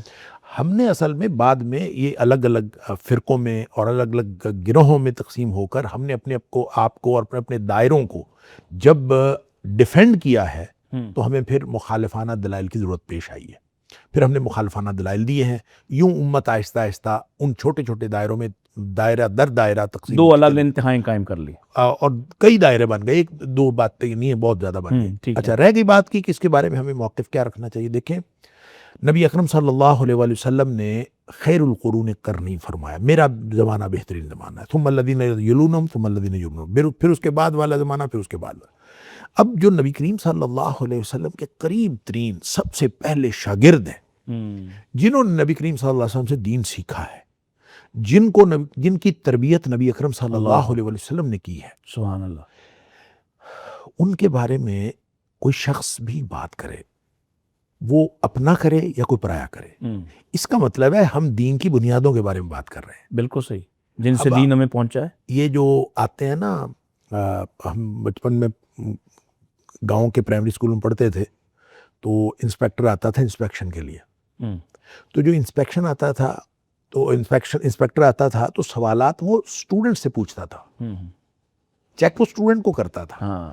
اچھا، حالانکہ وہ امتحان استاد کا ایویلیویشن اس نے استاد کی کرنی ہوتی تھی. استاد کا امتحان اچھا، استاد کی ایویلیویشن کرنے کے لیے وہ شاگردوں کا معیار چیک کرتا تھا کہ شاگرد کیسے ہیں. تو شاگرد کے معیار سے استاد کی ایویلیویشن ہوتی تھی کہ وہ کس معیار کا ہے. ٹھیک ہے. تو جس شاگرد کے اور جس کلاس کے استاد نبی اکرم صلی اللہ علیہ وسلم ہو، سبحان اللہ، اور پھر جس کی انڈورسمنٹ اللہ نے قرآن میں کر دی ہو، بالکل پھر ایک جگہ نہیں پھر 10 جگہ کر دی ہو، اور ان کے بارے میں یہ کہنا کہ غلطی، دیکھیں غلطیاں ہوئی ہیں اور غلطیاں ہوتی ہیں. کوئی انسان غلطی سے مبرہ نہیں ہے. کل بنی آدم خطاء. فرق صرف اتنا ہے، خیر الخطائین التوابون. جو بہترین خطا کار ہے وہ واپس آ جانے والے. صحابہ کرام کی جو بات ہے، دیکھیں نبی اور صحابی میں فرق، انبیاء کو ہم اس میں ایکسیپشن دیں گے. میں یہ عرض کرتا ہوں، نبی کی جو ہے، نبی اور صحابی میں فرق یہ ہوتا ہے کہ نبی سے جو غلطی ہوتی ہے، یا تو غلطی ہوتی نہیں ہے، اللہ تعالیٰ اس کو غلطی سے بچا لیتا ہے. ٹھیک ہے. یا پھر اگر غلطی ہوتی تو اس کو کور کرنا بھی اللہ کا کام ہوتا ہے. بالکل صحیح ہے، صحیح ہے. اور اس لیے اگر آدم علیہ السلام کے بارے میں اللہ تعالیٰ نے فرمایا کہ وہ بھول گیا تھا، تو اس کو کور کرنے کے لیے کلمات بھی خود سکھائے. ٹھیک ہے. لہذا جگہ نبی کے بارے میں یا تو اس سے غلطی سرزد ہوتی نہیں، اللہ تعالیٰ اس کو محفوظ رکھ لیتا ہے. جیسے نبی کریم صلی اللہ علیہ وسلم خود فرماتے، بچپن میں گانا سننے کے لیے آیا تھا، بکریاں جو ہے اپنے ساتھی چرواہے کو دے کر، تو میں آیا تھا اور اللہ تعالیٰ نے بچانا تھا. اور نبی پاک صلی اللہ علیہ وسلم فرماتے ہیں کبھی گانا شروع ہونے میں دیر تھی تو میں جو ہے وہ سو گیا، دیوار سے ٹیک لگا کے تو بیٹھ گیا کہ انتظار کرتا ہوں، تو نیند آ گئی. اللہ تعالیٰ نے ایسی نیند مسلط کر دی، سب کچھ گزر گیا. اللہ تعالیٰ نے محفوظ رکھنا ہوتا ہے اپنے انبیاء کی، اللہ تعالیٰ حفاظت فرماتا ہے. صحیح. اور جو غیر نبی ہوتا ہے اس سے غلطی کا امکان ہوتا ہے، لیکن وہ غلطی ایمانی نوعیت کی نہیں ہوتی، وہ اجتہادی نوعیت کی غلطی ہوتی ہے. ٹھیک، بالکل صحیح. ایمان کے حوالے سے تو اللہ تعالیٰ نے ان کو معیار ایمان قرار دے دیا. قرآن کہتا ہے کہ فَإِنْ آمَنُوا بِمِثْلِ مَا آمَنْتُمْ بِهِ فَقَدْ اهْتَدَوْا. بالکل صحیح. ایمان کا معیار صحابہ کرام کا ایمان جو ہے وہ قیامت تک کے لیے معیار قرار پا گیا اور قرآن نے کہہ دیا. ٹھیک ہے. اب رہی بات کہ ان میں سے کچھ منافقین تھے، یقیناً کچھ منافقین تھے، کچھ کا نبی کریم صلی اللہ علیہ وسلم بدریہ وہی آیا، آپ نے بتا دیا کہ ان میں سے فلاں عبداللہ بن ابی ہے، فلاں ہے، کچھ ایکسپوز ہو گئے. کچھ کے نام نبی کریم صلی اللہ علیہ وسلم نے حضرت حذیفہ رضی اللہ عنہ کو بتا دیے، جو بعض کے نزدیک 13 تھے، بعض کے نزدیک 17 تھے. بہرحال وہ ایک الگ داستان ہے. لیکن وہ صحابہ کرام جن صحابہ کرام کی گواہی قرآن نے دے دی، اور پھر اس کی عملی تعبیر اور تفسیر یہ ہے اور اس کی تعریف یہ ہے کہ جس شخص نے نبی کریم صلی اللہ علیہ وسلم کی حیات طیبہ میں آپ سے ملاقات کی ہو حالت ایمان میں، صحیح، اور پھر اس کی موت بھی حالت ایمان پر ہوئی ہو، تو وہ صحابی ہے. اور جو شخص اس ڈیفینیشن پہ پورا اترتا ہے وہ منافق نہیں ہو سکتا، اسی کو ہم صحابی کہتے ہیں. لہذا جب صحابہ کی بات کر رہے ہوتے ہیں تو اگر کوئی شخص یہ غلط فہمی پھیلانے کی کوشش کرے کہ ان میں تو کچھ منافقین بھی تھے، تو منافق صحابی نہیں ہوتا، اس کے دل میں ایمان نہیں ہوتا، اور وہ ایمان کی ڈیفینیشن پہ اس کو 10,000 بیان کر دینا یہ بھی بہت ہی ظلم کی بات ہے. وہ تو تعداد کتنی تھی وہ تاریخ بتاتی ہے کتنی تعداد تھی. اور میں نے عرض کیا کہ وہ جب آپ کو تاریخ کے اندر پتہ چل جاتا ہے کہ فلاں اتنے تھے فلاں اتنے تھے، تو آپ خود بخود اپنی طرف سے کوئی نمبر بنائیں تو یہ زیادتی ہے. اچھا، اب ہمارے پاس بیسک سورس کیا ہے؟ وہ قرآن ہے اور نبی پاک صلی اللہ علیہ وسلم کے فرامین ہیں. ٹھیک ہے. یہ دونوں چیزیں ایسی ہیں جو ایمان رکھنے کی چیز ہیں. صحیح. تاریخ جو ہے ایک سورس آف نالج ہے، لیکن وہ ایمان رکھنے کی چیز نہیں ہے. بالکل صحیح. ایمان رکھنے کی چیز قرآن اور نبی پاک صلی اللہ علیہ وسلم کا فرمان ہے. ان پر ایمان رکھتے ہوئے جب قرآن نے کہہ دیا کہ صحابہ کرام سارے کے سارے ان کے وہ ایمان کا معیار بھی ہیں، اور پھر یہ بھی فرما دیا کہ والسابقون الاولون من المہاجرین والانصار والذین اتبعوہم بإحسان، یعنی کیٹیگریز بھی بتا دی. سبحان اللہ. وہ بھی جو پہلے آئے، سابقون الاولون، سابقون الاولون، پھر مہاجرین، پھر انصار، پھر جو ان کے پیچھے نیکی کے راستے پر چلنے والے. اس کو تو پھر علماء اور مفسرین کہتے ہیں کہ ابھی تک جتنے بھی لوگ ہیں. میں عرض کرتا ہوں کہ اس میں واتبعوہم بإحسان جو ہے نا، والذین اتبعوہم بإحسان، وہ جو ان کے پیچھے چلے نیکی کے راستے پہ، یہ کون ہے؟ یہ علماء یہ کہیں، آج تک تو علماء کے لیے بھی تو دلیل چاہیے نا. ہاں جی بالکل. تو دلیل کیا ہے؟ دلیل یہ ہے کہ اس سے ایک تو اصطلاحی تابعی ہیں جو صحابہ کے پیچھے چلے، ٹھیک ہے، کیونکہ اس کے بارے میں فرامین رسول موجود ہیں صلی اللہ علیہ وسلم، ٹھیک کہ جس نے صحابی کو دیکھا ہاں اور پھر خیر ثم الذین یلونہم ثم الذین یلونہم، وہ اس طبقے وہ میں اس طبقے میں موجود ہیں، لہذا وہ خیر القرون میں نبی پاک صلی اللہ علیہ وسلم کا زمانہ، پھر صحابہ کرام کا زمانہ، پھر تابعین کا، پھر تبع تابعین کا، کیونکہ بعض روایات میں 3 دفعہ آپ نے یلونہم فرمایا، بعد میں 2 دفعہ فرمایا۔ اچھا، وہ تو اس کیٹیگری میں آ گئے۔ جو ہم کہتے ہیں نا کہ آج تک کے لوگ اس میں شامل ہیں، اس کی بھی دلیل ہے۔ نبی کریم صلی اللہ علیہ وسلم نے جب فرمایا کہ 73 فرقے ہوں گے میری امت کے اور سارے جہنم میں جائیں گے سوائے ایک کے، ہاں اس میں آپ نے فرمایا، جب صحابہ نے پوچھا وہ کون ہے، تو آپ نے فرمایا ما انا علیہ واصحابی، سبحان اللہ، جو میرے اور صحابہ کے طریقے پر ہوگا۔ تو یعنی یہ وہ اتباع کا والذین سلسلہ چل رہا ہے۔ تبعہم بإحسان جو ہے نا، ہوں، یہ وہ والا طریقہ ہے ٹھیک ہے، کہ جو اس قیامت تک جو اس طریقے پہ چلے گا جو صحابہ کرام۔ اب اندازہ کریں جس جماعت کے طریقے کو قیامت تک کے لیے معیار قرار دے دیا قرآن نے بھی اور نبی کریم صلی اللہ علیہ وسلم نے، اس کے بارے میں آپ یہ اگر شکوک و شبہات پیدا کریں گے یا کوئی بھی بات کریں گے تو اس کا مطلب ہے آپ دین کے بارے میں شکوک و شبہات پیدا کریں۔ بالکل ٹھیک، ایک آدمی کسی خاص سکول میں پڑھا ہو، آپ کہیں کہ اس سکول کے شاگرد اچھے نہیں تھے، تو پھر استاد کے بارے میں کیا خیال ہے؟ اللہ، اور پھر اس سکول کے بارے میں جو آگے نالج پھیلا اور وہی سکول جو ہے یہاں تو سر یہی کہہ دیا جاتا ہے کہ 5 کے علاوہ باقی سب جو ہیں ان کے بارے میں ایسی اچھا، بات۔ یہ ساری باتیں میں نے عرض کیا کہ اپنے اپنے مفادات کی بات ہے، بعد کی بات ہے، اپنے اپنے گروہ کو ڈیفینڈ کرنے کے لیے، ٹھیک ہے، دوسروں کی نگیٹ کرنے کی۔ دیکھیں ایک جگہ میں بیٹھا تھا، بچپن کی بات ہے، سکول، جب میں سکول میں پڑھتا تھا تو میں ایک جگہ بیٹھا تھا تو کسی نے بات کی لفظ حماد کی، میرا نام حماد ہے تو کسی نے حماد نام کی بات کی، پتہ نہیں کیسے، تو میں نے ایسے ہی نا جیسے اپنے آپ کو ایک ملامتی سا مزاج ہوتا ہے، تو میں نے کہا یہ بس ٹھیک ہے، نام حماد ایسا ہی ہے، مطلب جیسے میں ہوں ویسا میرا نام ہے، اس طرح کی کوئی بات۔ ایک خاتون بیٹھی ہوئی تھی میرے، بچپن کی بات مجھے ابھی تک یاد ہے، اس نے مجھے کہا یہ تو اتنا اچھا نام ہے۔ اچھا، اس نے اتنا اچھا نام ہے یہ کہنے کے لیے، اس کے لیے جو دلیل دی، میرے دوسرے بھائی کا نام لیا اور اس نے کہا وہ بلکہ اچھا نہیں ہے،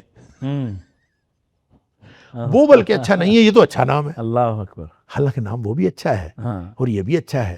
تو یہ اصل میں مزاج ہے، جب آپ کو دلیل نہیں ملتی نا اپنے آپ کو ثابت کرنے کے لیے، صحیح صحیح، بالکل صحیح، تو یہ جہالت کی علامت ہے اور یہ بے دلیل ہونے کی علامت ہے کہ آپ دوسروں کی نگیشن کر کے اپنے آپ کی جو ہے وہ پروپیگیشن کرتے ہیں اور اپنے آپ کو ثابت کرنے کی کوشش کرتے ہیں۔ تو میں یہ کہتا ہوں کتنا فرق پڑتا ہے اگر ایک بندہ جو اہل بیت یا طہار رضوان اللہ علیہ مجمعین کی فضیلت بیان کر رہا ہو اور دوسرا آدمی صحابہ کرام کی بحیثیت مجموعی فضیلت بیان کر رہا ہو، تو کتنا فرق پڑ سکتا ہے کہ وہ شخص کہے کہ وہ بھی اپنے ہیں اور یہ شخص کہے کہ وہ بھی اپنے ہیں، ایسے ہی، تو کیا حرج ہے اس میں؟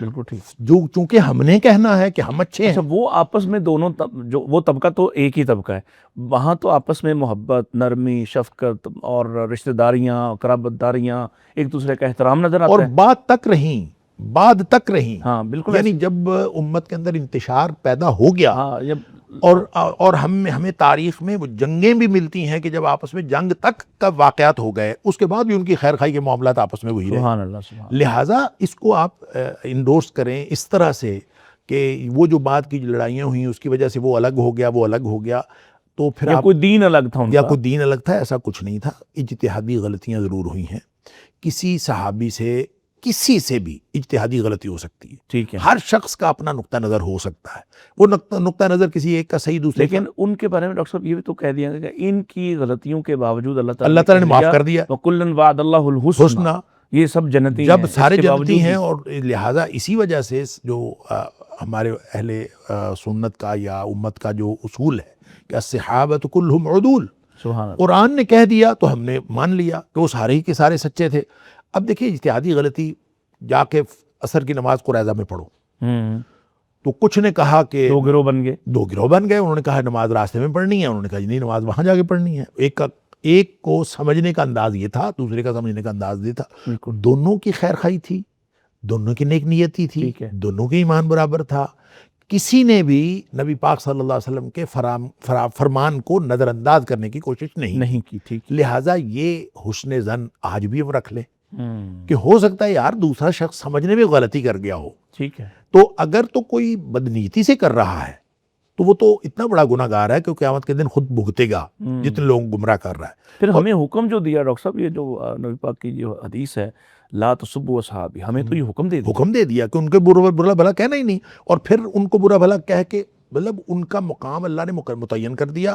اور اگر تم لوگ ہو کیا، اپنی اوقات تو دیکھو، تم احد کے مطابق احد کے پہاڑ کے برابر بھی سونا خرچ کر دو اللہ اکبر اللہ۔ تو ان کے ایک مد کے برابر یا ایک سا کے برابر نہیں ہو سکتے، تو تم جو مرضی کر لو، تم ان کے برابر ہو نہیں سکتے، بات کیسے کر سکتے ہو ان کے بارے میں؟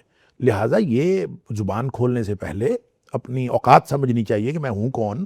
میں اگر ساری زندگی ایک پاؤں پہ کھڑا رہوں تو میں کسی کے برابر نہیں ہو سکتا، تو میں اس کے بارے میں بات کیوں کر سکتا ہوں؟ لہذا بات نہیں کرنی، ایک بات۔ دوسری ایک بات جو اجتہادی غلطی کی میں ایک مثال اور دینا چاہتا ہوں جو شاید زیادہ قابل تفہیم ہو۔ دیکھیں حضرت حسین رضی اللہ تعالیٰ عنہ سیاسی طور پر کیا ماحول تھا، کیا مسئلہ تھا، اور اس میں آپ کا مطمع نظر کیا تھا، آپ کیوں گئے اور کیا واقعہ ہوا، اس ساری بات سے قطع نظر۔ ٹھیک ہے۔ اگر ہم یہ کہیں کہ یزید کی بیعت کا مسئلہ تھا، تو یزید کی بیعت نہ کرنے والے اکیلے حضرت حسین تو نہیں تھے رضی اور اللہ لوگ بھی تعالیٰ عنہ، 4 لوگ اور تھے، ٹھیک ہے؟ ہوں۔ حضرت عبد الرحمن بن ابی عبدالرحمن بکر، بن ابی بکر، حضرت عبداللہ بن زبیر، حضرت عبداللہ بن عباس، اور چوتھے تھے حضرت عبداللہ بن زبیر، عبداللہ بن زبیر، یعنی 3 عبداللہ اور 1 عبد الرحمن، ٹھیک ہے، اور اور پانچویں پانچویں حسین رضی اللہ۔ اچھا، یہ 5 لوگ ہیں جنہوں نے یزید کی بیعت نہیں کی۔ ہوں۔ اسباب کیا ہیں، نقطہ نظر کیا ہے، عمل آگے کیا ہے، میں اس کو ڈسکس نہیں کر رہا۔ میں یہ کہہ رہا ہوں کہ 4 کا نقطہ نظر تو ایک ہے نا، ہاں، ان 5 کا، پانچ۔ ان 5 کا نقطہ نظر تو ایک ہے نا، اور ان 5 میں سے ایک کہہ رہا ہے کہ مجھے کوفہ جانا ہے، اور باقی 4 کہہ رہے ہیں کوفہ نہیں جانا چاہیے۔ بالکل صحیح ہے، ہاں، ٹھیک ہے، انہوں نے روکا بھی۔ انہوں نے روکا، وہ تو ساتھ جو ہے بھاگے کافی دیر تک کہ واپس آ جائیں، اور انہوں نے یہاں تک کہا کہ اگر آپ خلافت چاہتے ہیں تو ہم آپ کی خلافت یہاں قائم کر دیتے ہیں، اگر خلافت واقعی چاہ رہے ہوتے تو حجاز میں قائم ہم کرنا آپ کو آسان یہاں تھا۔ کر دیتے، جو آپ چاہتے ہیں وہاں نہ جائیں، وہاں حالات ٹھیک نہیں۔ وہ فتنوں کی اچھا، زمین ہے۔ حضرت حسین رضی اللہ تعالیٰ عنہ اجتہادی طور پر یہ سمجھتے ہیں کہ وہاں جانا بہتر ہے، ہوں، یہ 4 لوگ اجتہادی طور پر یہ سمجھتے ہیں کہ نہ جانا بہتر ہے۔ ٹھیک ہے۔ دیکھیں 180 ڈگری ایک دوسرے سے اختلاف ہے، ہوں، لیکن 5 کو 5 نیک نیت ہیں۔ بالکل، بالکل۔ ہم کسی کی نیت پہ حملہ نہیں کر سکتے، ہم کسی کو غلط نہیں کہہ سکتے۔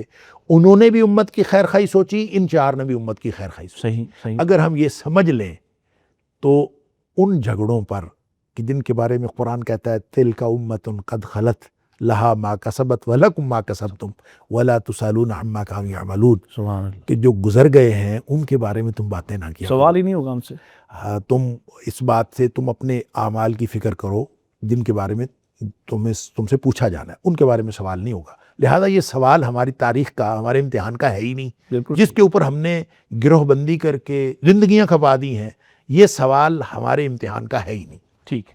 اچھا ڈاکٹر صاحب، اسی سے متعلقہ یہ جو بات آپ نے کی ہے، تو ہم دیکھتے ہیں کہ جیسے بات آپ کی طرف سے ہو رہی تھی کہ پھر لوگ اپنی اپنی شخصیت یا اپنے اپنے گروہ کے حق میں دلائل کو چنتے یا جمع کرتے یا بعض باتوں سے اپنی مرضی کی تعویلات نکالتے ہیں۔ مثلا ایک حدیث ہے بڑی معروف، نبی اکرم صلی اللہ علیہ وسلم نے حضرت عمار رضی اللہ تعالیٰ عنہ کو مسجد نبی کی تعمیر کے دوران محنت مشقت کرتے دیکھا، تو آپ نے ان کے بارے میں ایک پیشن گوئی کر دی کہ تمہیں باغی گروہ قتل کرے گا۔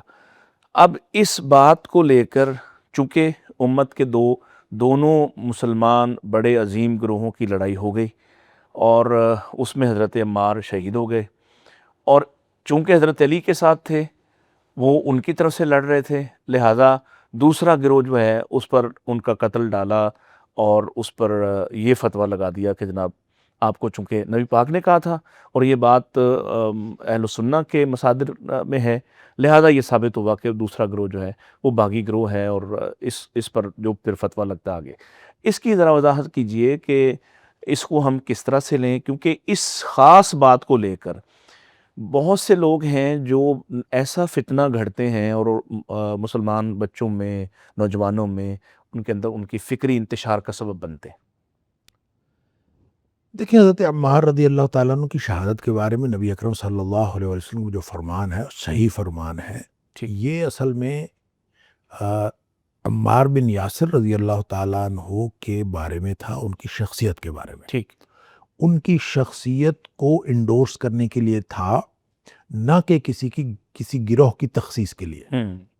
جیسے مختلف دیگر شہداء کو بھی آپ نے پیشین گوئیاں کی آپ نے۔ اچھا، میں اس لیے کہتا ہوں حضرت عثمان غنی رضی اللہ تعالیٰ کے بارے میں کتنی احادیث ہیں، یہ تو ایک ہے، تو کتنی احادیث ہیں جو حضرت عثمان غنی رضی اللہ تعالیٰ کے بالکل بارے میں۔ صحیح۔ اچھا، اب مسئلہ یہ ہے کہ اسی طرح کی ایک نبی اکرم صلی اللہ علیہ وسلم کا فرمان ہے جو حضرت حسن رضی اللہ تعالیٰ عنہ کی شان بیان کرنے کے لیے ہے، اور آپ کی ذات کو اس کی فضیلت بیان کرنے کے لیے ہے کہ یہ میرا بیٹا سردار ہے، اور یہ امت کے دو گروہوں میں، مسلمانوں کے دو گروہوں میں، مسلمان عظیم گروہوں میں صلح کروائے۔ اب یہ بھی اصل میں تو حضرت حسن رضی اللہ تعالیٰ کی فضیلت بیان کرنے کے لیے ہے، امت کے گروہوں کی تخصیص کے لیے نہیں ہے۔ ٹھیک ہے، بالکل صحیح۔ لیکن جب آپ ان حدیث کو، حضرت عثمان غنی رضی اللہ تعالیٰ کی حدیث کو لے لیں، پھر آپ اکیلے عمار بن یاسر رضی اللہ تعالیٰ والی حدیث کو نہ لیں، پھر آپ حضرت عثمان غنی رضی اللہ تعالیٰ عنہ کے بارے میں جتنی احادیث نبی پاک صلی اللہ علیہ وسلم نے فرمایا، اور بہت پن پوائنٹڈلی فرمایا کہ ایک فتنہ ہوگا جس میں یہ حق پر ہوگا۔ اللہ اکبر، اللہ اکبر۔ اچھا، ایک فتنہ ہوگا جس میں یہ حق پر ہوگا۔ صحابی کہتا ہے کہ ایک حدیث میں تو آتا ہے کہ حضرت عثمان غنی رضی اللہ تعالیٰ عنہ کے اوپر رومال تھا تو چہرہ نظر نہیں آ رہا تھا، تو کہتا ہے میں نے پھر چہرہ پکڑ کے نبی پاک صلی اللہ علیہ وسلم کیا، یہ حق پر ہوگا، آپ یہ حق پر ہوگا۔ اللہ۔ اب دیکھیں، یہ جو اس طرح کی چیزیں جب آپ ان ساری احادیث کو اکٹھا کرتے ہیں تو اب پھر کر لیجئے تخصیص۔ اس سے اگر آپ کو، اس سے کیا نکلتا ہے؟ اگر تخصیص کرنی ہی ان سے ہے، میں نے پہلے تو عرض کیا کہ یہ تو ان کی فضیلت کے لیے، ٹھیک ہے، لیکن اس سے اگر گروہوں کی تخصیص کرنی ہے، اور ہم پہلے یہ بات کر چکے ہیں کہ گروہ بندی جو ہے اسلام میں نہ یہ تھی، لا عصبیت، جیسے نبی پاک صلی اللہ علیہ وسلم نے فرمایا کہ لیس منا من دعا الی العصبیہ، جو گروہ بندی کی طرف کسی طرف بلائے اور میں سے ہے، لہذا گروہ بندی تو ہونی نہیں چاہیے۔ لیکن اگر آپ نے اس سے گروہوں کی تخصیص کرنی ہے تو کر لیجئے۔ اب آپ دیکھیے کہ باغی گروہ کون ہے۔ باغی گروہ نے کرنا ہے نا، باغی وہ ہوگا جو اسلام کے ڈسپلن کی خلاف ورزی کرتا ہے، ٹھیک ہے، نمبر 1۔ نمبر 2، باغی وہ ہوگا جو امت کے جو بھی افراد ہیں ان کو شہید کرنا درست سمجھتا ہے، ٹھیک ہے، ٹھیک۔ باغی وہ ہوگا جو امت کے جو متفقہ مسائل ہیں اس کے خلاف نقطہ نظر رکھتا ہے، وہ باغی ہوگا، وہ باغی ہوگا، ٹھیک ہے۔ لہذا باغی گروہ جو ہے وہ ساری دنیا کو پتہ ہے کہ حضرت عثمان غنی رضی اللہ تعالیٰ عنہ کے خلاف جو فتنہ اٹھا، اور نبی پاک صلی اللہ علیہ وسلم نے تخصیص فرما دی کہ عثمان کے خلاف جو لوگ اٹھیں گے وہ باغی ہوں گے، اس دن عثمان جو ہے وہ حق پر ہوں گے۔ اب آپ دیکھ لیجئے، عمار بن یاسر رضی اللہ تعالیٰ عنہ کی شہادت تو بعد میں ہوئی ہے، اب باغی گروہ دیکھ لیجئے کون ہے۔ باغی گروہ کا تعین تو ہو جاتا ہے عثمان غنی رضی اللہ تعالیٰ عنہ کے خلاف، جنہوں نے مدینہ کو تاراج کرنے کی کوشش کی، اس کو یہ رغبہ پھر بالآخر عثمان غنی رضی اللہ عنہ کو شہید کر دیا، ٹھیک ہے۔ اب شہید کرنے کے بعد گویا یہ باغی گروہ، اس کی تخصیص ہو گئی، تخصیص ہوگی، ٹھیک ہے۔ اب یہ ہے باغی گروہ۔ اب یہ باغی گروہ کب تک چلا ہے؟ یہ آج تک چل رہا ہے۔ اللہ اکبر، اللہ۔ اچھا، وہ باغی گروہ کبھی کسی کے ساتھ ہے، کبھی کسی کے ساتھ ہے۔ اب اس میں سے ہم آپ کو یہ تو کلیئر ہونا چاہیے کہ عثمان غنی رضی اللہ تعالیٰ بھی حق پر ہیں، حضرت حسن رضی اللہ تعالیٰ جن دو گروہوں کی صلح کروائیں گے وہ بھی دونوں مسلمانوں کے عظیم گروہ ہیں، ٹھیک ہے، وہ بھی دونوں مسلمانوں کے گروہ بالکل صحیح۔ ہیں۔ تو پھر اس کا مطلب ہے نہ حضرت علی رضی اللہ تعالیٰ عنہ کا گروہ باغی گروہ ہے، نہ حضرت امیر معاویہ رضی اللہ تعالیٰ عنہ کا گروہ باغی گروہ ہے، نہ حضرت عثمان غنی رضی اللہ تعالیٰ عنہ کا گروہ باغی گروہ ہے۔ بالکل صحیح، بالکل ٹھیک ہے۔ تو پھر باغی گروہ کون ہے؟ وہ جو ان تینوں کے خلاف ہے، وہ جو پورے اسلام کے خلاف، جو ان تینوں کے خلاف ہے، اور اس نے پہلے دن سے شہادتوں کا سلسلہ شروع کیا، اور نہ صرف انہوں نے حضرت عثمان غنی رضی اللہ عنہ کو شہید کیا، بلکہ آپ اس سے بھی پیچھے چلے جائیے، حضرت عمر فاروق رضی اللہ عنہ کی شہادت کے پیچھے بھی کسی کا ہاتھ تھا، بالکل وہ ابتدا ہے۔ ہاں جی، اچھا، اس کو نہیں انویسٹیگیٹ کیا گیا کہ کون تھا، کیسے تھا، کیونکہ تینوں ہی جو وقتی طور پر جو کریکٹر تھے وہ تینوں ہی ختم ہو گئے، اور جو ابوالولو فیروز مجوسی تھا اس نے تو اپنے آپ کو خود ہی قتل کر لیا تھا، اور باقی دو جن کے بارے میں شہادت ملی کہ تینوں آپس میں مشورہ کر رہے تھے، ہرمزان اور جفینہ، اور وہ بھی اگر پکڑے جاتے اور ان کو پکڑ کے تفتیش کی جاتی تو شاید اصل جو ہے وہ چیز پکڑی جاتی، لیکن ان دونوں کو حضرت عبید اللہ بن عمر نے جو ہے وہ قتل کر دیا، لہٰذا یہ معاملہ ختم ہو گیا۔ اس کے بعد بھی کوئی انویسٹیگیشن جو ہے حضرت عثمان غنی رضی اللہ تعالیٰ نے نہیں کی، اور یہ معاملہ ایک دفعہ دب گیا، لیکن یہ پھر اس نے سر اٹھایا، باغی گروہ تخصیص ہو گئی، یہ باغی گروہ۔ اب یہ باغی گروہ جو ہے یہ ہر موقع پر، چاہے دیکھیں مسلمانوں کے خلاف جنگ ہو سکتی ہے، مسلمان سے لڑ سکتا ہے، مسلمان سے مسلمان کا قتل ہو سکتا ہے، بالکل ٹھیک، لیکن وہ قتل کو جائز سمجھے یہ نہیں ہو سکتا، جائز سمجھے نہیں سنا، بالکل ٹھیک ہے، غلطی سے ہو سکتا ہے، قتل خطا ہو سکتا ہے، قتل عمد نہیں ہو سکتا۔ ٹھیک ہے، لہذا آپ یہ سمجھے کہ جو ان میں سے مسلمانوں کو قتل کرنا درست نہیں سمجھتا وہ باغی گروہ نہیں ہے، وہ حق پہ ہے، وہ حق پہ ہے۔ وہ غلطیاں ہو گئیں، وہ سیاسی طور دیکھیں پر جنگ صفین ہوئی، جنگ جمل ہوئی، جنگ نہروان ہوئی، اور یہ ساری جنگیں ہوئیں حضرت علی رضی اللہ عنہ کے دور میں، لیکن ان میں کون سی جنگ کس کی کیا وجہ تھی اس کے پیچھے وجوہات ساری آپ کو مل ٹھیک جائیں، لیکن باغی گروہ کا ایک کردار ہے جو تسلسل کے ساتھ ہر جگہ آپ کو نظر آتا ہے۔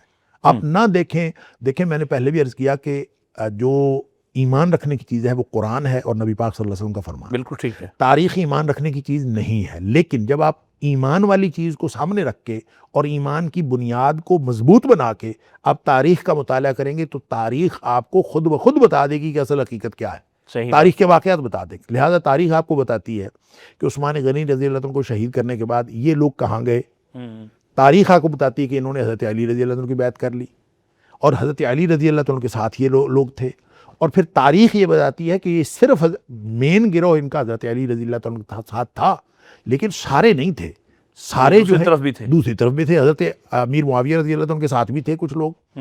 اچھا اس کی مثالیں ہیں بہت ساری، مثال کے طور پر میں آپ کو ایک مثال دیتا ہوں کہ حضرت ابو مسلم خولانی ایک بزرگ تھے رضی اللہ تعالیٰ عنہ، انہوں نے حضرت امیر معاویہ رضی اللہ عنہ سے کہا کہ آپ کو کیا دشمنی ہے حضرت علی رضی اللہ عنہ؟ انہوں نے کہا کوئی دشمنی نہیں۔ انہوں نے کہا آپ کیوں خلافت کے مدعی؟ انہوں نے کہا میں تو مدعی نہیں ہوں خلافت کا۔ انہوں نے کہا پھر مسئلہ کیا ہے؟ ان کا مسئلہ صرف اتنا ہے قاتلین عثمان کو پکڑنا ہے۔ ٹھیک ہے، انہوں نے کہا اچھا صرف اتنی سی بات ہے، اگر قاتلین عثمان پکڑے جائیں تو آپ حضرت علی رضی اللہ عنہ خلافت کو تسلیم کر لیں گے؟ انہوں نے کہا جہاں میں کر لوں گا۔ اب انہوں نے کہا یہ لکھ کے دے دو، اچھا، حضرت امیر معاویہ رضی اللہ عنہ نے لکھ کے دے دیا۔ اللہ اکبر، یہ خط لے کر ابو مسلم خولانی، یہ تاریخ سے دیکھ لیجئے، تاریخ بتاتی، میں نے عرض کیا آپ کا ایمان اگر اس بات پر ہو تو آپ کو یہ سارے تاریخ خود بتاتی جائے گی۔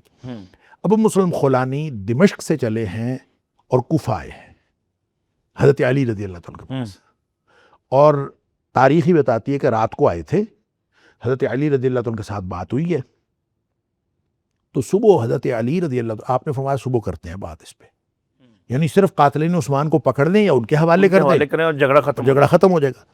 حضرت ابو مسلم خولانی اور حضرت علی رضی اللہ تعالیٰ عنہ کی ان کی آپس میں بات ہوئی ہے، صبح کرتے ہیں بات، سو گئے، صبح اٹھ کے فجر کی نماز کے لیے جا رہے تھے تو جامع مسجد کوفہ کے سامنے 10,000 لوگوں کا مجمع تھا، اللہ 10,000 تھے یا جتنے تھے، وہ بعض میں لکھا 3,000 لوگ تھے، کتنے تھے، لیکن تاریخ یہ کہتی ہے کہ تلواریں چمک رہی تھیں، انہوں نے تلواریں نکالی ہوئی تھی اور یہ جا رہے تھے اور یہ کہہ رہے تھے کہ ہم ہیں قاتلین عثمان، اللہ کون ہے ہم کو پکڑ کے کسی کے سپرد کرنے والا۔ راتوں رات یہ بات اس قدر، اب یہ میں یہی کہتا ہوں کہ اس کو آپ انالیسس کر لیجئے کہ ایک بندہ خط لے کے وہاں سے چلا ادھر ہے، بھی لوگ موجود ہیں، ادھر بھی لوگ موجود ہے، ادھر بھی موجود ہے، کس نے بتا دیا؟ راتوں رات کیسے پتہ خفیہ چلا؟ خبر بھی ان سے محفوظ نہیں ہے، خفیہ خبر بھی محفوظ نہیں ہے، لہٰذا وہ آ کے پہنچے ہیں تو انہوں نے وہ حضرت علی رضی اللہ عنہ فرمایا میں تو بے بس ہوں، یہ دیکھ لو میں کیا کر سکتا ہوں، اب ان کے ساتھ میں ان کے خلاف لڑوں؟ اب یہی وہ لوگ ہیں، ابن اسیر، تاریخ ابن اسیر میں دیکھ لیجئے کہ جب میں جنگ جمل کے موقع پر ان کی جو آپس میں میٹنگ ہوئی، جنگ جمل پہ تو صلح ہو گئی تھی، جو بالکل ختم ہو گئی، وہ تو ختم ہو گئی تھی، تو رات کو ان کی جو آپس کی گفتگو ہے جس میں خود یہ طے تھا کہ صبح سیدہ عائشہ واپس جائیں گی، صبح سب نے واپس چلے جانا تھا اور کوئی لڑائی نہیں تھی، طے ہو گیا تھا، تو مسئلہ کن کو تھا؟ انہی کو تھا، اس باغی گروہ کو تھا۔ یہ باغی گروہ آپس میں یہ امن نہیں قائم کرنے، یہ جو باغی گروہ آپس میں مشورہ کر رہا تھا، یہ کیا کر رہا تھا؟ اس کے الفاظ ہیں تاریخ ابن اسیر کے کہ اگر یہ کل کو صلح کر لیتے ہیں تو یہ ہمارے خون پر صلح ہوگی، یعنی ہماری گردنیں تو جائیں گی، ہماری گردنیں تو جائیں گی، ٹھیک ہے، ان کی صلح ہوتی تو مرنا تھا، ظاہر ہے، لہٰذا انہوں نے کہا کہ اگر یہ صلح کرتے ہیں نا کل تو ہم علی کو بھی وہاں پہنچا دیں گے جہاں عثمان کو پہنچایا۔ اللہ اکبر، اللہ اکبر۔ اب آپ یہ بتائیں اور آخر کار ابھی بھی باغی گروہ کی جو تخصیص کرنا باقی ہے، باغی گروہ کون ہے؟ بالکل صحیح، لہٰذا جنہوں نے حضرت عثمان غنی رضی اللہ عنہ کو شہید کیا وہی باغی گروہ ہے، بات ختم، اس کے علاوہ کوئی باغی گروہ نہیں ہے۔ یہی وہ لوگ ہیں جو جنگ صفین کے بعد صلح کے لیے، اس وقت بھی صلح کے خلاف تھے، جنگ جمل ہوئی، جنگ صفین کن وجوہات کی بنیاد پر ہوئی میں نے عرض کیا اس کو پیچھے رکھ دیں. وہ بھی اگر آپ تفصیل سے ایک ایک چیز کا جائزہ لیں گے تو آپ کو پتہ چلے گا دونوں طرف یہ انتشاری ٹولہ موجود ہے, باغی گروہ موجود ہے اور یہی لڑانا چاہتا ہے. لہذا نہ یہ حضرت امیر معاویہ رضی اللہ تعالیٰ عنہ کی برتری چاہتے ہیں, نہ علی رضی اللہ تعالیٰ عنہ کی برتری چاہتے ہیں. بالکل.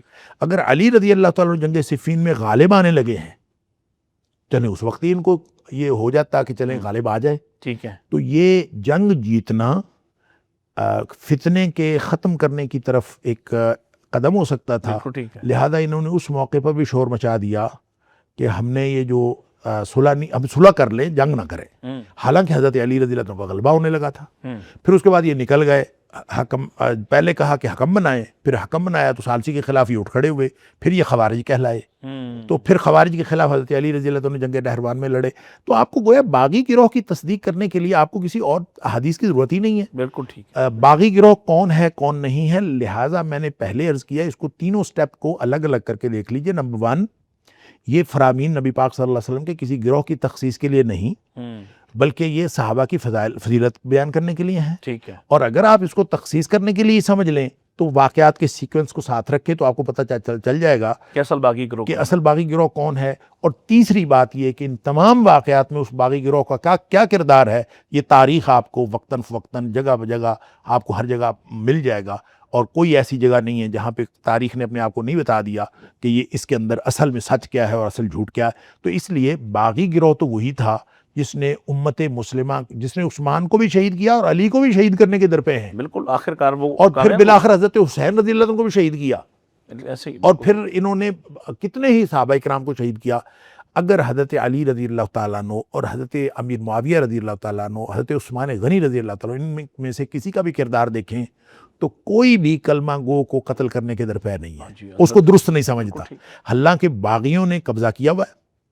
تو حضرت عثمان غنی رضی اللہ تعالیٰ لڑائی کے خلاف ہیں, آپ فرماتے ہیں نہیں لڑنا, اور لڑنا نہیں ہے. اور یہی نقطہ نظر حضرت علی کا ہے رضی اللہ تعالیٰ عنہ کا, یہی امیر معاویہ رضی اللہ تعالیٰ عنہ کا. امت مسلمہ میں سے کسی فرد کو اس کے خون کو بہانا یہ جائز نہیں سمجھتے. غلطیاں ہوئی ہیں, میں نے عرض کیا غلطیاں سب سے ہوئی ہیں, کس وجہ سے ہوئی ہیں وہ ایک الگ معاملہ ہے. لیکن باغی گروہ وہ ہے جنہوں نے صحابہ کرام کو شہید بھی کیا اور دیگر لوگوں کو شہید کرنے کے بارے میں انٹینشنز بھی رکھتے تھے, اور پھر ایک پورا تسلسل ہے, شہادتوں کی داستان ہے. اس لیے باغی گروہ اسی کو سمجھیں. امت کے اندر فتنہ اسی لیے پڑا ہے, میں نے جو پہلے عرض کیا کہ ہم اپنے آپ کو اس گروہ کے ساتھ منسلک کر کے جب اس کی پروپیگیشن شروع کرتے ہیں تو دوسرے گروہ کی نیگیشن کے بغیر ہمارے پاس راستہ کوئی نہیں ہوتا. لہٰذا یہ کرتے کرتے ہم گروہ در گروہ ہوتے گئے. ایسا کرنے کی ضرورت نہیں ہے, بلکہ یہ سمجھنے کی ضرورت ہے کہ امت کی اجتماعیت کو نقصان کس نے پہنچایا, امت کو کس نے توڑا. تو جس نے توڑا اس کے خلاف ہو جائیں تو شاید آج بھی امت جڑ جائے. ڈاکٹر صاحب بہت شکریہ, بہت ہی شاندار. آپ نے مختلف ایسے سوالات جن کے جوابات بھی کنفیوز کرتے ہیں, آپ نے ان کی بڑی وضاحت سے آج ہماری تربیت بھی کر دی. اللہ تعالیٰ ہمیں سمجھنے کی توفیق دے. اور ناظرین کرام, نوجوان خاص طور پہ جو اس پروگرام کو دیکھیں گے, ہماری آپ سے اپیل بس یہی ہے کہ آپ جیسے ڈاکٹر صاحب نے ذکر کیا صحابہ کرام کے بارے میں, اہل بیت کے بارے میں, ویسا ہی نظریہ رکھیں جیسا قرآن و سنت سے ثابت ہے. دونوں یعنی دو طبقات ہم تو اس کو مانتے نہیں, وہ ایک طبقہ ہے. اس میں جو گھر والے ہیں, جس میں آپ کی بیویاں, آپ کی اولاد, آپ کی بیٹیاں, اور پھر اسی طرح سے سیدہ فاطمہ کی اولاد, اور اسی طرح آپ کی نواسے اور ان سے آگے چلنے والی نسل, یہ بڑے محترم لوگ ہیں. لیکن بنیادی بات یہ ہے کہ ان سب لوگوں کی بنیاد پر نہ امت کو تفریق ہونا چاہیے, نہ اللہ اور اس کے رسول نے اس کو کوئی, جیسے ڈاکٹر صاحب نے کہا کہ تخصیص کے لیے دلائل نہ تراشیں, بلکہ ان کی جو فضیلت ہے اور مختلف لوگوں کی مختلف فضیلتیں آپ نے بیان فرمائیں, اسی پر اپنے آپ کو روکنا چاہیے. اور جہاں کہیں بھی ہمارے دلائل سے یا ہماری کوشش محنت سے امت میں کوئی اختلاف پیدا ہوتا ہے, اس سے بچنے کی کوشش کرنا چاہیے. اجازت دیجیے. اللہ حافظ. السلام علیکم ورحمۃ اللہ وبرکاتہ.